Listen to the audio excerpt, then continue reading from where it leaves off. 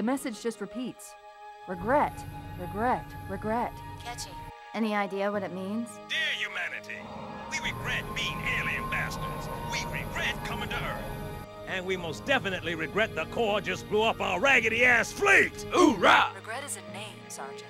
The name of one of the Covenant's religious leaders, a prophet. He's on that carrier, and he's calling for help. Immediate. Grid Kilo 2-3 is hot. Recommend mission abort. Roger, Recon.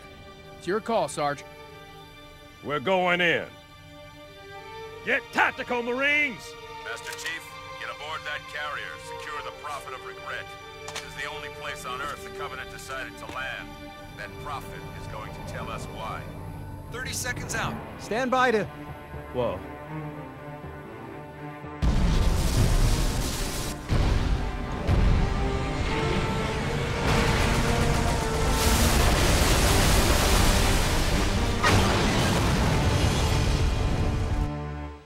You all right, Chief?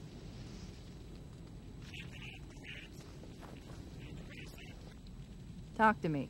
Should I start CPR? What's going on?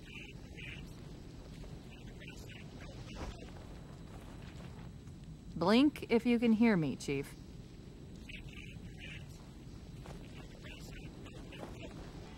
Hey, wake up. Go, go, go! That's great, Johnson. Give me your sniper rifle. That hurts, Chief. And cry about it some more. Welcome back to Let's Play Halo 2. We are on level 2, Outskirts. And what better way to be introduced to a brand new level than by being introduced to some recurring enemies. These ugly motherfuckers, if you haven't played the first Halo game, are jackals. They come equipped with arm shields and plasma pistols, sometimes needlers. They only come in 2 ranks. The green shield is the lower rank, the orange shield is the higher rank, and that's pretty much all you need to know. Because they don't do anything special depending on the ranks. I haven't really explained ranks much this game, have I? Ranks of the enemies. I did explain that yellow armored grunts and blue armored elites are the lowest ranks for their species. So, red armored grunts and red armored elites are both at the veteran level. White armor, which is very rare on the lower difficulties, but is very, very often ran into on the higher difficulties, are ultras. Ultra elites in white armor have really high shields, ridiculously high shields.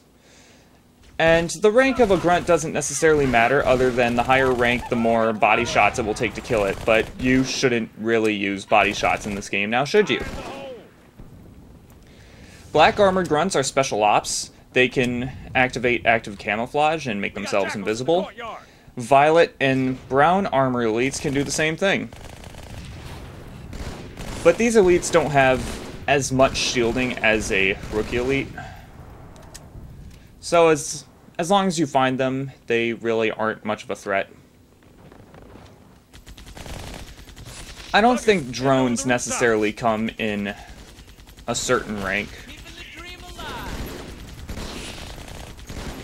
Oh yeah, green armor grunts are specifically assigned to mounted turrets.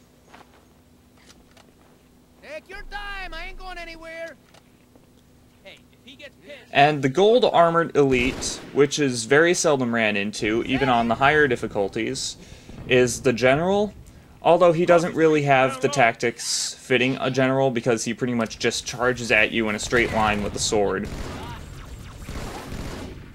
Oh, we have yet to see a sword on the normal playthrough, have we? We'll see them eventually, don't worry. If you don't want to wait, then go to Legendary, where there are going to be lots of elites with swords. Hope the rest of you are taking notes. So where was I? Outskirts?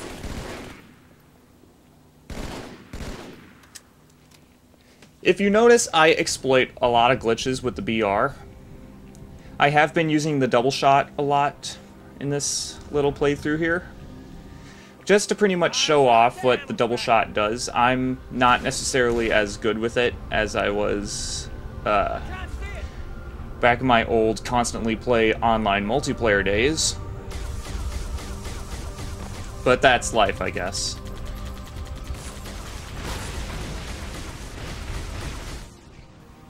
I believe the battle rifle has been a target of criticism in this game by casual gamers because it is the main exploit of a lot of glitches. I did explain BXR and BXB back in the previous video, and I also explained why you should never use them on Legendary. And the double shot here, it pretty much fires off 2 shots right away, and if you don't have a secondary weapon, then you're just going to be stuck in the reload non-animation, I guess you could call it, because the gun reloads, but it doesn't play the animation.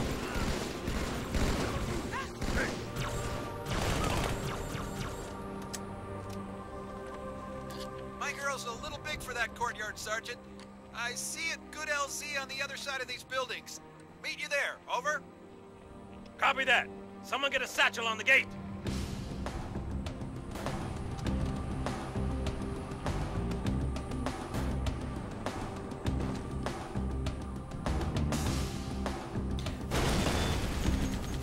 Now it's time to face a really tough enemy. Hunters. Stand back, Marines.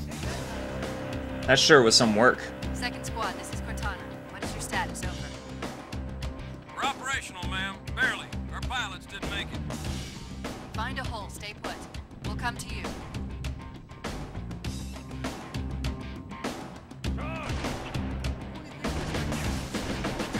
Sniper rifles. That Marine is correct. Jackals with sniper rifles are bad.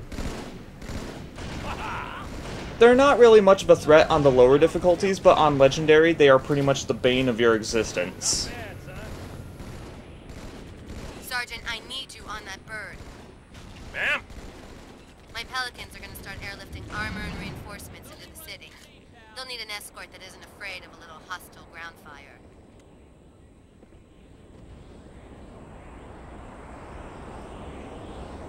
Understood. I'll keep an eye on them. Chief, good luck. See you later, Johnson. Jackal snipers are a new addition to this game. They were not in the first Halo game. And they are kind of annoying. As I said on the Legendary difficulty, they are the bane of your existence.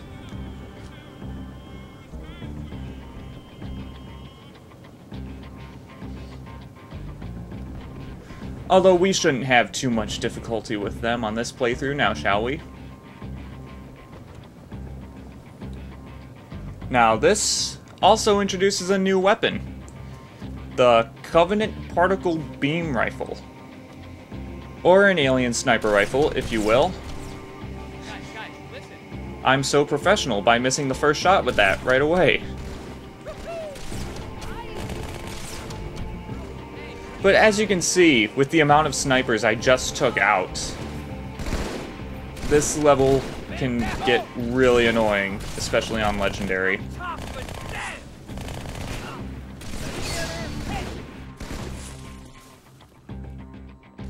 And there I decided to show off how quickly the beam rifle can burn up. The beam rifle takes about 7 battery power per shot.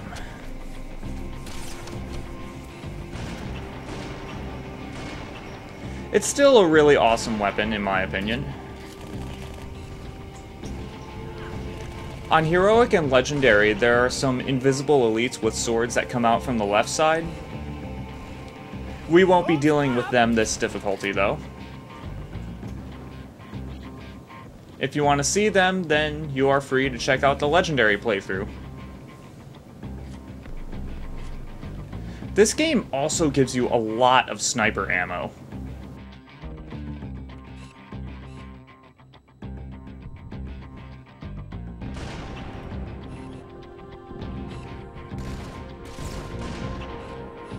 Sniper's dead.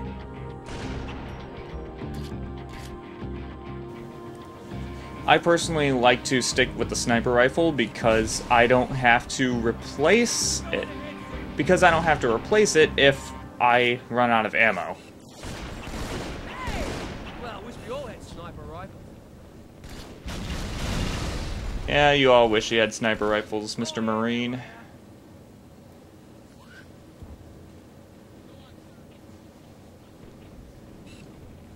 Again, I'm making this part completely easy on normal, and as you can see, I am pretty much taking out enemies with headshots right away.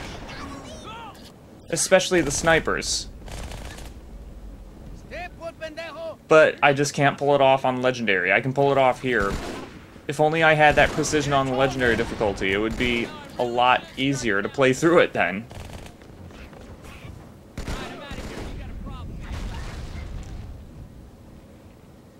I guess the stress of dying upon one shot with the sniper, no questions asked, kinda contributes to that.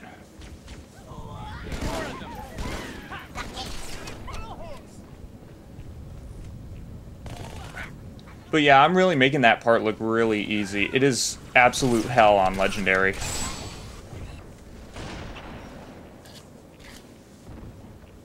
Chief, glad you could make it. Crash site's on the other side of this hotel, Chief. Covenant are crawling all over it. Follow me. There's not really another path to follow.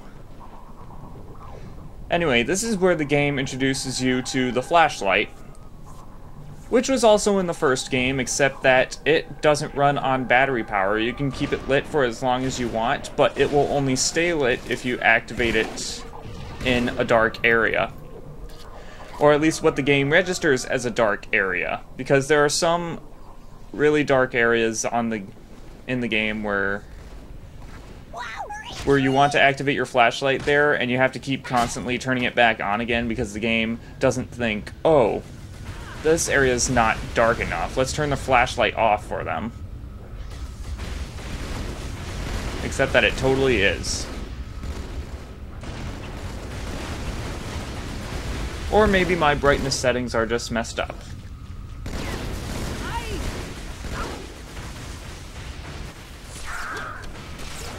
Who cares, really? Well, now that we've gone over Covenant ranks and we learned about some new weapons, how about we get into vehicles?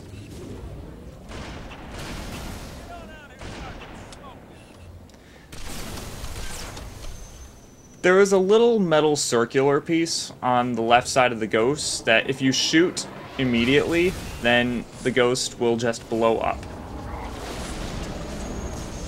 So I'm pretty sure that's the ghost's fuel supply. The highest concentration of Covenant troops is directly below the carrier. I don't think they want you to get on board. That bridge is the most direct route to the city center. I'll talk about ghosts later, but wait, I don't think I want to drive. And here's where I'm conflicted with myself with whether I want to ride or be in the gunner. I ultimately decide to take the gunner. All right, crank her up. The M12 LRV, the Warthog, is the UNSC primary light vehicle in this game. Oh man, I love the beach. I hope you packed a suit, mate. Cut the chatter. We got trouble. Anyway, there are 3 seating positions: driver, passenger, and gunner, as you can plainly see.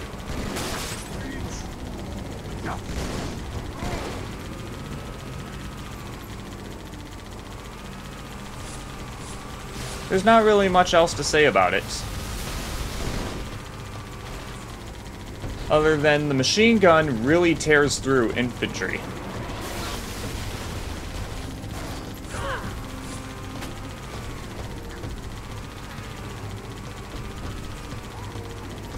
Also, another new thing about this game compared to the first one, AI teammates can drive vehicles for you. I thought that was a really neat addition, and they actually did it pretty well in this game. On the Legendary difficulties, getting in a vehicle with an AI driver is kind of suicide, but what can you do? You're just better off sticking with driving all the vehicles that you come across on Legendary. Like, even I'm getting bored with this Marine just driving everywhere, so that I could kill everything. when you don't necessarily have to stick around and kill absolutely everything. And it's definitely what I don't want to do on this playthrough. Alright, move on through. I guess letting the Marine drive around was a good way to get me to explain off the Warthog.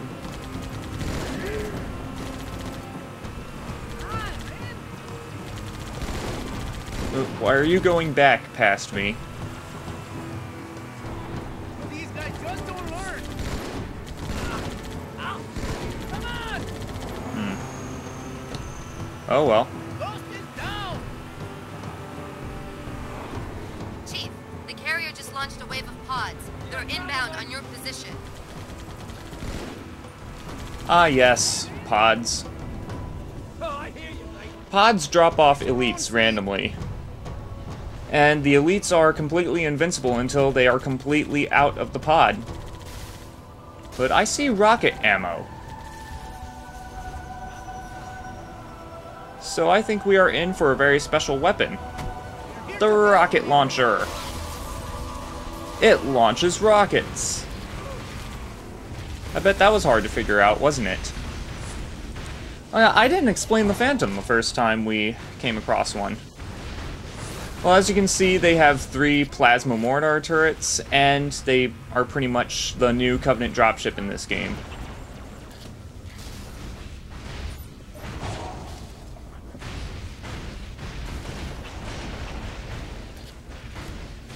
There is a sweet spot on the Phantom that you can hit in order to take out all the turrets with 1 rocket, but I kind of forget where it is.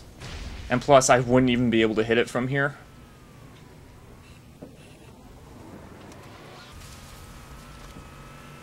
The rockets have also been improved in this game because they can home in on vehicles and turrets.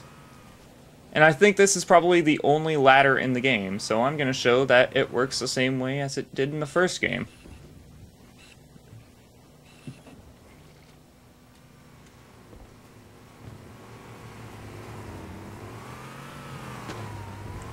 Come on, let's finish this level.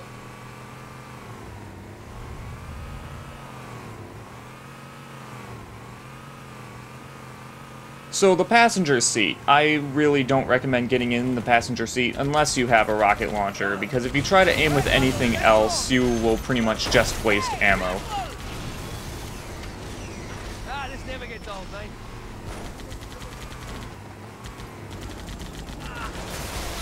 Looks like a son of a gun.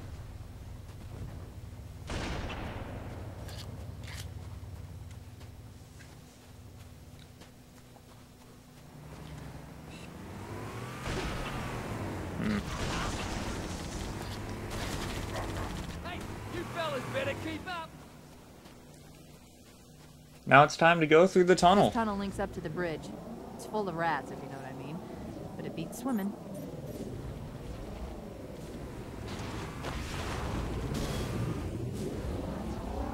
Alright, time to drive the Ghost around for a little bit. I've been analyzing the Covenant tactical chatter. They're surprised, confused. I don't think they expected us to be here. Not you and me. All of us. Humanity on Earth. Odd, I know, but it does help explain why they came here with such a small fleet.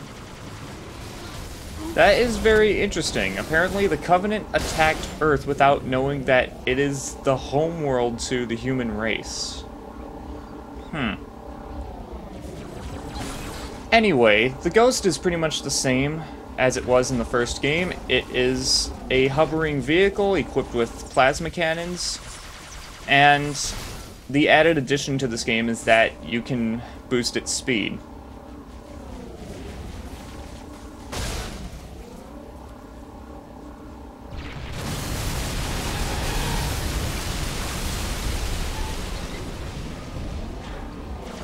Well, it looks like that big vehicle we ran into earlier just demolished a Warthog.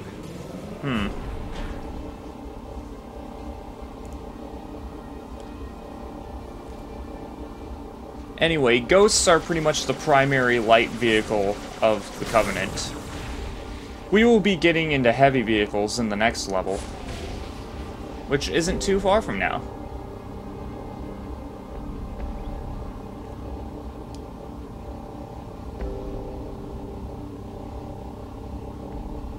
Covenant must be trying to regroup. Don't let them. These vehicles are shadows. I can't think of any other time in the game where they appear. All I know is that they take a lot of hits to kill with the ghost, and I even end up just zooming ahead and trying to kill the driver. And that's pretty much it.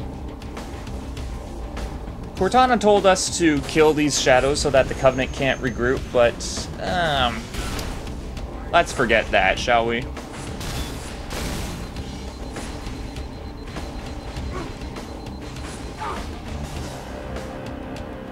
Plasma mortar turrets are on just about every Covenant vehicle you can't drive. Yeah, the shadows aren't drivable. Sorry to break it to you, but they aren't.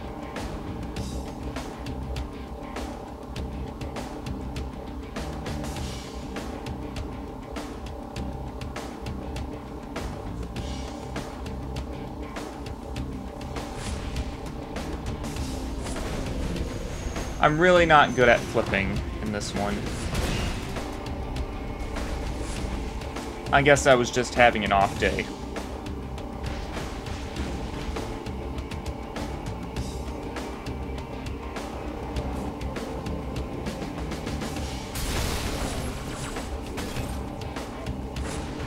And that's the end of the level, everyone. I will see you guys next time.